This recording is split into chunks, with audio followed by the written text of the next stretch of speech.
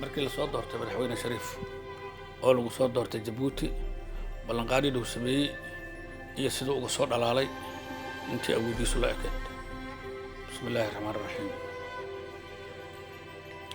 magaaladuna Djibouti maalintii lagu doortay madaxweyne Shariif wuxuu noo madalay muddadeeda Muqdisho ka dhacay hadduu meeshan imaadana madfaca ku bilowday 15 May iyo sayidka mootarkoo ka dhacayo militaarka amray haddii uusan mas'uul mabda weyn la ahayn ma joogeen madaxtooyada wax ka maadalaha iyadoo madaxdeena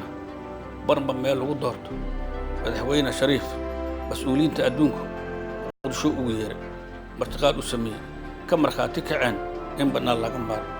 dalkoo meel xumaraay weelku gaarka ka saaray dastuurkoo mugdiyeystay malafkiisa la xooro mar labaad qarabay haddii meertadii seegtay muddadii ka dhammaatay miiska looga adkaaday oo maraayadda fiirshay ma mucaaridin guushii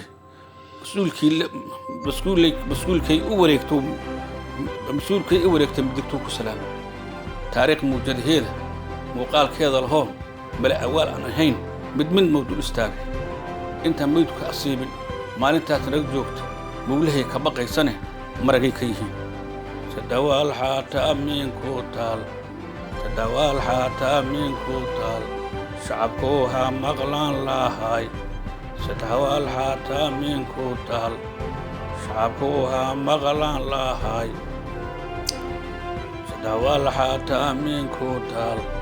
shacabkuu ha maqlaan lahay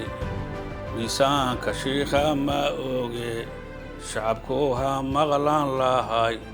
miisaanka shiikha ma oge shacabkuu ha maqlaan lahay inaan run laga maarmihayn shacabkuu ha maqlaan lahay inaan run laga maarmihayn shacabkuu ha maqlaan lahay midda kaleeto ciddi mudneeday mar labaad shacabkuu ha maqlaan lahay ciddi mudneeday mar labaad shacabkuu ha maqlaan lahay ninkii kuu siiya maanta maal biri waarkaaga maqleema ninkii kuu siiya maanta